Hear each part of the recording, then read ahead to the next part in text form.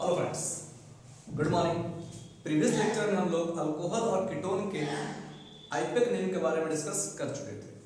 आज हम लोग IUPAC naming of aldehydic compound के बारे में डिस्कस करेंगे। तो चलिए without wasting time I come on the topic IUPAC naming of aldehydic compound. इसके लिए सबसे पहले हम जानते हैं कि functional group of aldehydic compound, functional group of aldehyde क्या होता है? C double bond OH। Aldehyde का फंक्शनल ग्रुप क्या होता है? C double bond OH। यानी जिस ऑर्गेनिक कंपाउंड में C double bond OH group मौजूद हो, हम समझ जाएंगे वो क्या है? अल्डिहाइडिक कंपाउंड होगा। ठीक है, इसलिए हम कह सकते हैं कि functional group of aldehydic compound क्या होगा? C डबल बॉन्ड OH, या हम कह सकते हैं यहाँ पर CHO, या हम कह सकते हैं CHO। और अगर मान लिया इसके जनरल स्ट्रक्चरल फार्मूला की बात की जाए, general structural formula of aldehyde compound की बात की जाए, तो क्या होगा यहाँ पर? General structural formula RC double bond OH, या हम कह सकते हैं RCHO होगा। General structural formula of aldehyde compound is RC double bond OH या RCHO। ठीक है, और अगर यहाँ पर R की बात की जाए तो R क्या होगा? जहाँ R जो होगा, where R is the alkyl radical, जहाँ पर R क्या है? R is the alkyl radical. और हम जानते हैं एल्काइल के प्लेस पर हम किसका यूज कर सकते हैं? मिथाइल इथाइल प्रोपाइल ब्यूटाइल भी हम पुट कर सकते हैं। ठीक है, तो R क्या हो गया? R is the alkyl radical. और अगर हम यहाँ पर एल्काइल के प्लेस पर अगर हम CH3 पुट करते हैं तो CH3 C double bond OH, यानी it is the aldehydic compound. अगर R के प्लेस पर हम C2H5 अगर पुट करते हैं तो ये क्या होगा? ये भी एक अल्डिहाइडिक कंपाउंड होगा। ठीक है, यानी हम कह सकते हैं कि general structural formula of aldehydic compound is RC double bond OH, जहां R क्या इंडिकेट कर रहा है? एल्काइल रेडिकल को इंडिकेट कर रहा है। ठीक है, और अगर हम इसके जनरल मॉलिक्यूलर फार्मूला की बात करें, general molecular formula of aldehydic compound की बात करें, तो हम जानते हैं मॉलिक्यूलर फार्मूला क्या होता है? मॉलिक्यूलर फार्मूला का मतलब होता है कि वैसा formula which indicate the actual number of atoms present in one molecule of A compound. किसी कंपाउंड के एक मॉलिक्यूल में जितना नंबर ऑफ एटम मौजूद होता है, उस नंबर ऑफ एटम को इंडिकेट करने वाले फार्मूला को हम क्या कहते हैं? मॉलिक्यूलर फार्मूला कहते हैं। ठीक है, तो अब क्या है, इसके जनरल मॉलिक्यूलर फार्मूला के लिए सबसे अच्छा तरीका क्या है कि हम यहाँ पर एल्काइल रेडिकल के प्लेस पर इसका कुछ एग्जांपल पुट कर लेते हैं, और उस एग्जांपल से हम देखते हैं कि total number of atom present in that aldehyde compound कितना नंबर ऑफ एटम मौजूद होगा। ठीक है, क्योंकि हम जानते हैं मॉलिक्यूलर फार्मूला का मतलब क्या होता है? Which indicate the total number of atom present in one molecule of A compound, है ना? कंपाउंड के एक मॉलिक्यूल में जितना नंबर ऑफ एटम मौजूद होता है उसको कहते हैं मॉलिक्यूलर फार्मूला। ठीक है, और टोटल नंबर ऑफ एटम को कैलकुलेट करने से सबसे अच्छा तरीका क्या है कि हम यहाँ पर R का क्या करते हैं? कोई वैल्यू पुट कर लेते हैं। R का एग्जांपल यहाँ पुट कर लेते हैं, तो R का सबसे अच्छा तरीका क्या है? R का सबसे अच्छा एग्जांपल क्या है? मिथाइल। ठीक है, तो हम यहाँ पर एल्काइल रेडिकल के प्लेस पर हम क्या पुट कर लिए? CH3, है ना? CH3। अब CH3 पुट करने के बाद ये क्या निकल गया? एक अल्डिहाइडिक कंपाउंड निकल गया। अब इस अल्डिहाइडिक कंपाउंड में हमें देखना है कि टोटल नंबर ऑफ एटम कितना मौजूद है, कार्बन का कितना एटम मौजूद है, हाइड्रोजन का कितना एटम मौजूद है, ऑक्सीजन कितना एटम मौजूद है। और अगर टोटल नंबर एटम अगर हम कैलकुलेट कर लिए तो वही क्या होगा? इसका मॉलिक्यूलर फार्मूला होगा। ठीक है, तो देखिए यहाँ पर, तो इसमें टोटल नंबर ऑफ कार्बन कितना है? 2। टोटल नंबर ऑफ कार्बन कितना है? 2। हाइड्रोजन की संख्या कितना है? 4। ऑक्सीजन की संख्या कितना है? 1। ठीक है, अगर हम R के प्लेस पर C2H5 पुट करते हैं तो यहाँ पर टोटल नंबर ऑफ कार्बन की संख्या कितनी होगी? 6। हाइड्रोजन की संख्या कितनी होगी? 6। ऑक्सीजन की संख्या कितनी होगी? 1, है ना? Hence we can say the general molecular formula of aldehyde compound is CnH2n O। CnH2n O, यानी हमें याद क्या रखना है? General molecular formula, general molecular formula of ketone, general molecular formula of ketone भी यही होता है, CnH2n O। और general molecular formula for aldehyde क्या निकला? CnH2n O ही निकला, CnH2n O ही निकला। यानी इसका मतलब क्या है कि general molecular formula of ketone और general molecular formula of aldehyde दोनों क्या होता है? सेम होता है।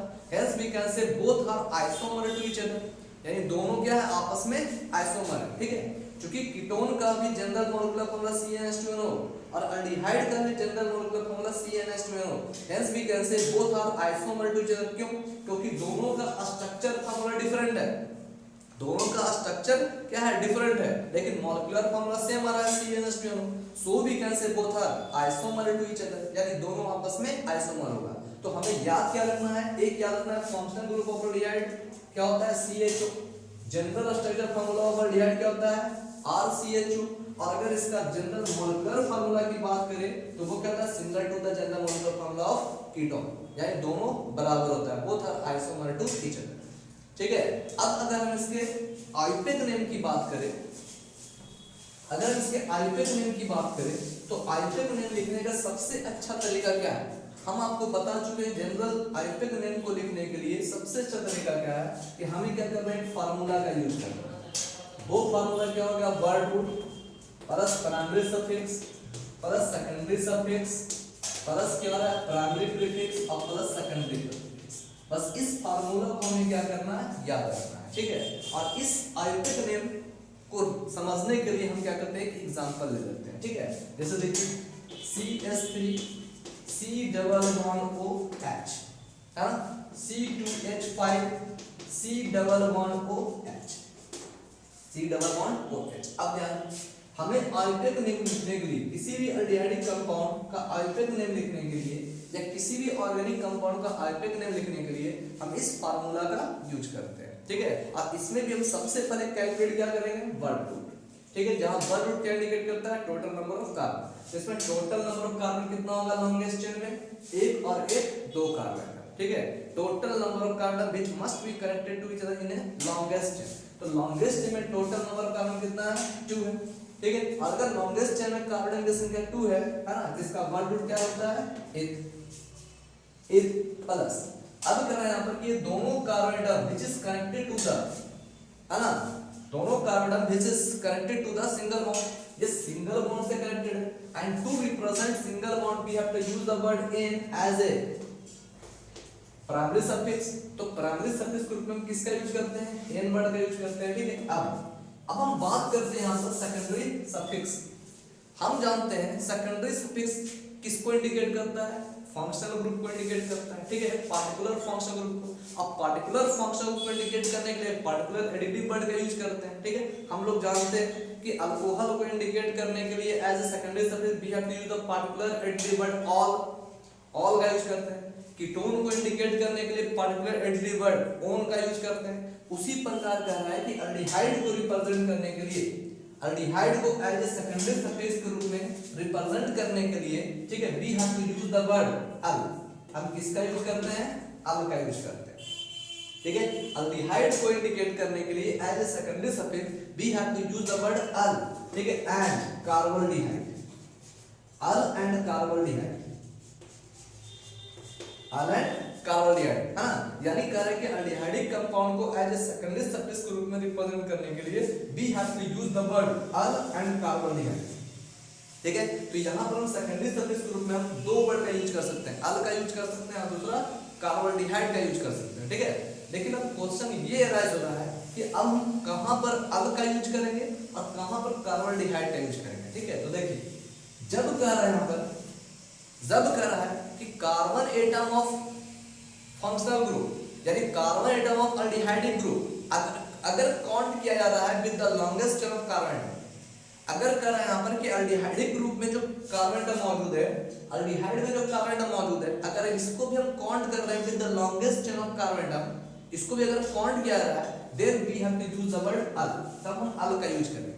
अगर carbon atom of aldehydic group is not counted with the longest chain of carbon atom, then we have to use the word कार्बोल्डिहाइड।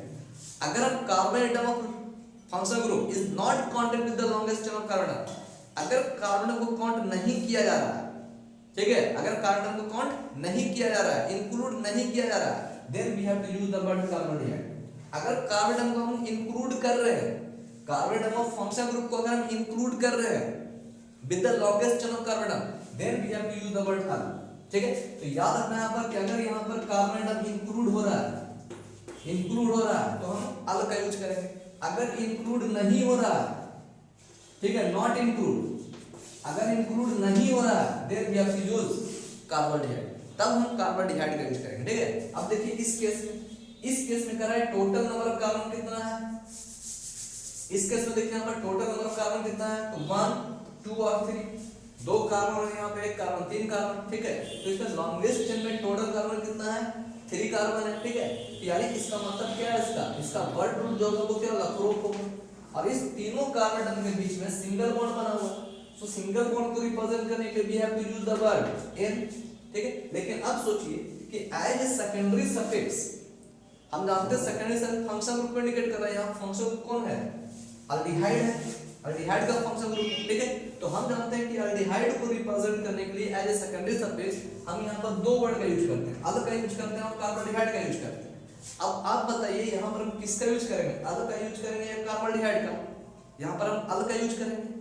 क्यों करेंगे, क्योंकि हमने अभी आपको बताया कि जब carbon atom of functional group है ना is counted with the longest chain of carbon, तो देखिए यहाँ पर ये क्या है, काउंट किया हुआ है, एक कार्बन इसका, दो कार्बन इसका, तीन कार्बन, है ना। यानी ये कहा जा रहा है कि carbon atom of this functional group is counted with the longest chain of carbon. जब काउंट किया जा रहा है, इंक्लूड किया जा रहा है, then we have to use the word al.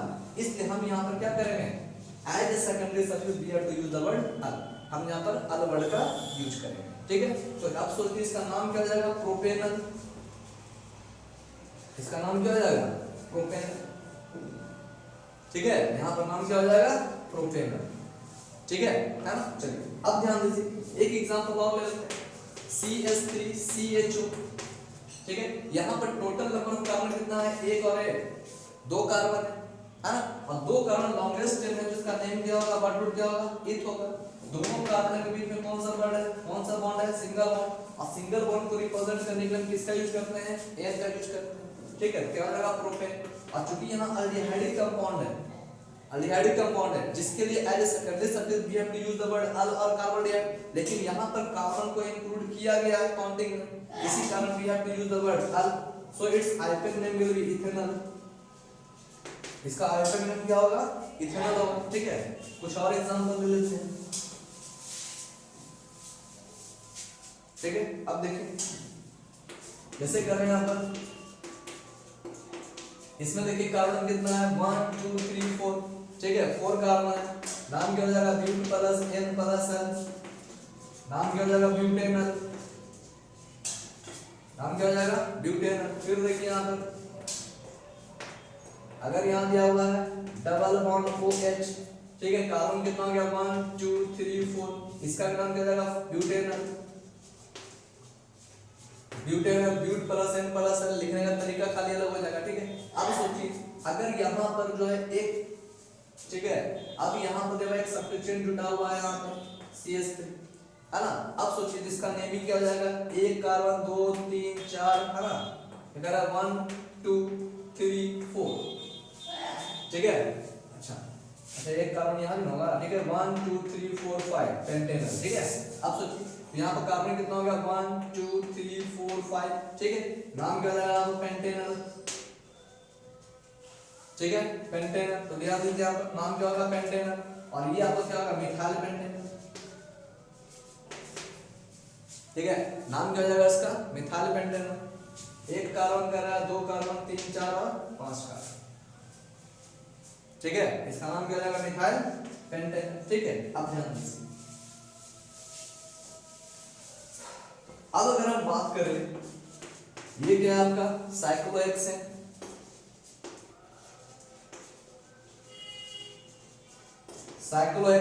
ठीक है, साइक्लोहेक्सेन। यहाँ क्या अटैच है आपका, CHO, ठीक है।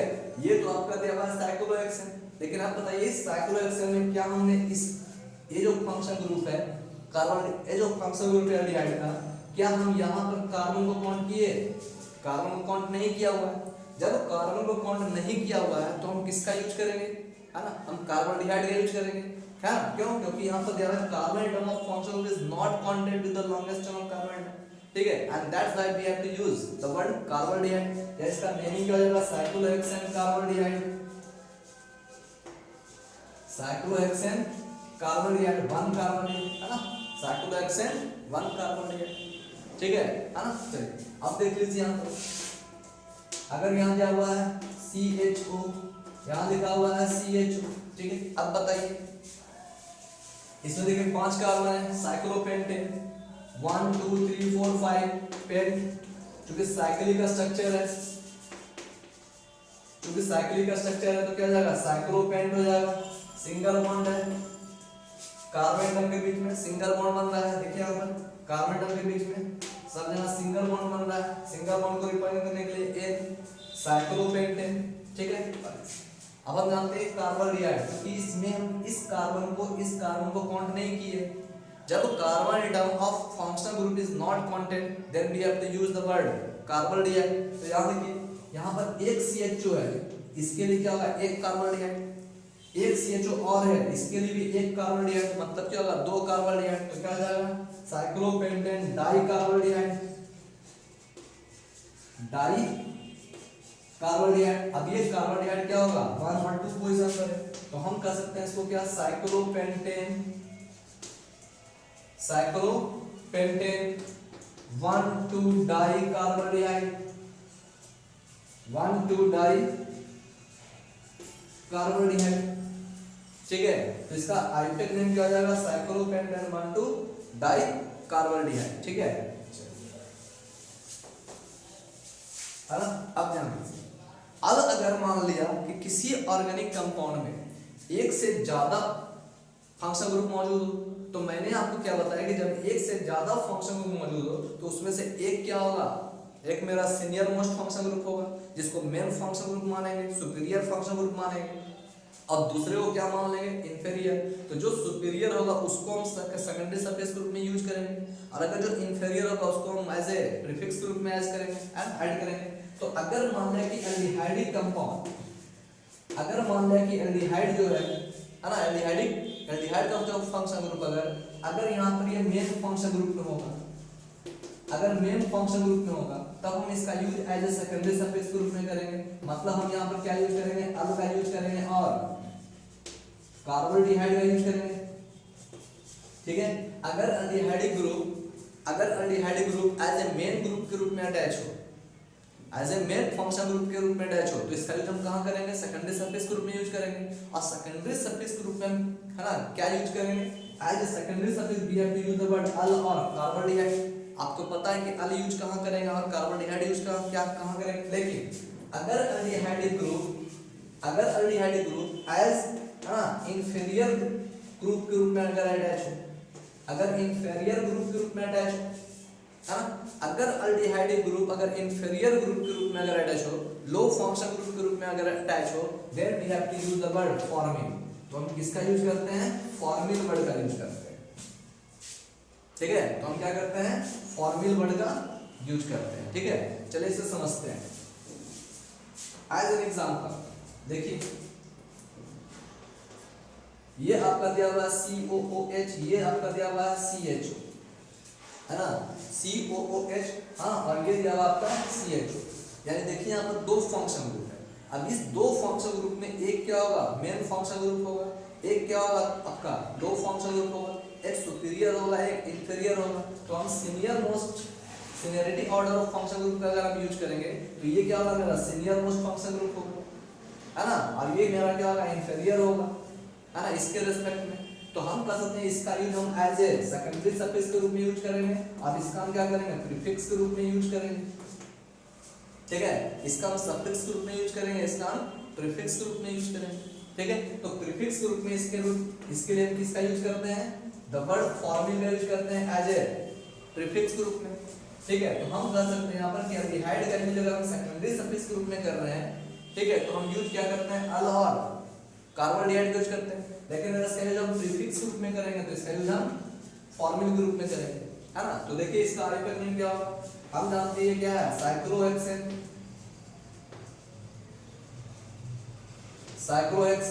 ठीक है। और ये क्या होगा आपका कार्बोक्सिलिक एसिड, क्यों, क्योंकि यहाँ पर हम carbon atom function group count नहीं करते, तो क्या हो जाएगा, cyclohexane 1 carboxylic acid, 1 carboxylic acid. लेकिन ये क्या होता है आपका फॉर्मिल हो जाएगा, तो हम कहते हैं 1 फॉर्मिल साइक्लोहेक्सेन 1 कार्बोक्सिलिक एसिड। तो इसका मीनिंग क्या हो जाएगा, है ना, 1 फॉर्मिन साइक्लोहेक्सेन 1 कार्बोक्सिलिक एसिड होगा, ठीक है।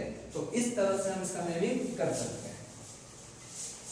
उसी प्रकार अगर पूछा जाए यहाँ पर, ये आपका दिया हुआ है बेंजीन, है ना, इसमें क्या जुड़ा हुआ है CHO, है ना, इसका नाम क्या हो जाएगा बेंजीन कार्बोल्डिहाइड, बेंजीन, और ये क्या होगा बेंजीन 1 कार्बोल्डिहाइड,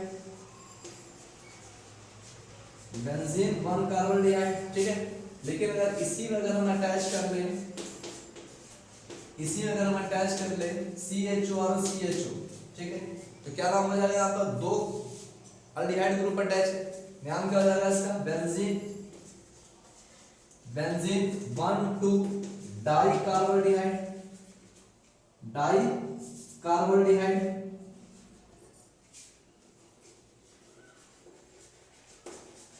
हाँ 1,2 डाई कार्बोल्डिहाइड। अगर एक केवल जुटा हुआ है एक CHO, बेंजीन 1 कार्बोल्डिहाइड। अगर यहाँ पर 2 CHO ग्रुप जुटा हुआ है तो क्या हो जाएगा बेंजीन 1,2 डाई कार्बोल्डिहाइड। अगर कह रहा है यहाँ पर कि इसमें क्या अटैच हो CHO और यहाँ दिया हुआ आपका क्या Cl अटैच है, ठीक है, तो नाम क्या हो जाएगा यहाँ पर 1,2, ठीक है, बेंजीन, बेंजीन 1 कार्बोल्डिहाइड, बेंजीन 1 कार्बोल्डिहाइड, और ये क्या होगा 2 क्लोरो, 2 क्लोरो बेंजीन 1 कार्बोल्डिहाइड, क्यों, क्योंकि एज ए प्रीफिक्स ग्रुप में अटैच होगा, ठीक है, तो 2 क्लोरो बेंजीन कार्बोल्डिहाइड, और ये क्या हो जाएगा आपका बेंजीन 1,2 डाई कार्बोल्डिहाइड, ठीक है। तो इस तरह से हम इसका नेमिंग कर सकते हैं, ठीक है। अब अगर हम बात कर ले, यहां दिया हुआ आपका C डबल बॉन्ड OH, ये आपका दिया हुआ है C डबल बॉन्ड OH। अब इसका नेमिंग क्या होगा, काउंटिंग कीजिए 1 2 3 4, ठीक है, 1 2 3 4, ठीक है। अब देखिए हम यहाँ पर क्या कर रहे हैं, इसके कार्बन को काउंट कर रहे हैं, ठीक है, काउंट कर रहे हैं। तो पहले यहाँ पर total number carbon 4 carbon number we have to use the word but, ठीक है, सिंगल बॉन्ड है, connect this carbon are connected to each other with single bond, single bond को रिप्रेजेंट करने के लिए we have to use the word N। अब देखिए यहाँ पर हम एक अल्डिहाइड ग्रुप जुटा हुआ है, यहाँ पर एक अल्डिहाइड ग्रुप जुटा हुआ है, ठीक है, तो नाम क्या हो जाएगा यहाँ पर देखिए, एक अल्डिहाइड ग्रुप जो कि इसका काउंटिंग किए हुए इसके कार्बन को अल्यूज होगा, इसके लिए भी अल्यूज होगा एज ए सेकेंडरी सफिक्स, तो एक अल और एक अल क्या हो जाएगा डाइअल, यानी ब्यूटेन डाइअल, इसका नाम क्या होगा ब्यूटेन डाइअल। और हम क्या लिख सकते हैं यहाँ पर ब्यूटेन, ब्यूटेन, ठीक है 1,4 ब्यूटेन 1,4 डाइअल, इसका क्या होगा आइपेक नेम होगा, ठीक है, ब्यूटेन 1,4 डाइअल। अगर हम बात करें एक कार्बन 2 कार्बन 3 कार्बन, यहाँ जुड़ा हुआ है CHO, इसमें जुड़ा हुआ है CHO, यहाँ जुड़ा हुआ है CHO, ठीक है। अगर इसकी बात करें तो देखिए यहाँ पर 1 2 3 3 कार्बन का नाम क्या होगा प्रोप, सिंगल बॉन्ड कनेक्टेड है, क्या होगा प्रोपेन, प्रो प्लस N, और एक अब ध्यान दीजिए इसमें अब कार्बन को काउंट नहीं किए, यहाँ जो कार्बन मौजूद है फंक्शनल ग्रुप का, इस कार्बन को काउंट नहीं किए। जब कार्बन एटम को काउंट नहीं करेंगे then we have to use the word carbaldehyde. तो यहाँ देखिए इसके लिए एक कार्बोल्डिहाइड और फिर इसके लिए एक कार्बोल्डिहाइड, मतलब क्या होगा 3 कार्बोल्डिहाइड, क्या कहेंगे इसको ट्राई कार्बोल्डिहाइड। तो प्रोपेन यहाँ क्या ऐड हो जाएगा ट्राई कार्बोल्डिहाइड, ट्राई कार्बोल्डिहाइड, ठीक है। अब ध्यान दीजिए और अब इसका नाम क्या हो जाएगा प्रोपेन, प्रोपेन 1 2 3 ट्राई कार्बोल्डिहाइड, ट्राई कार्बोल्डिहाइड है ना, यानी इसका जो आयोटिक नेम होगा वो क्या होगा प्रोपेन 1 2 3 ट्राई कार्बोल्डिहाइड होगा, ठीक है। यानी इस तरह से हम इसका आयोटिक नेम को लिख सकते हैं, ठीक है, इस तरह से हम इसके आयोटिक नेम को लिख सकते हैं, ठीक है। अब इसके बाद हम लोग एस्टर के बारे में डिस्कस करेंगे वो नेक्स्ट लेक्चर में। तब तक के लिए इजी केमिस्ट्री के साथ बने रहे, लेकिन लाइक शेयर और सब्सक्राइब जरूर करें। Thank you.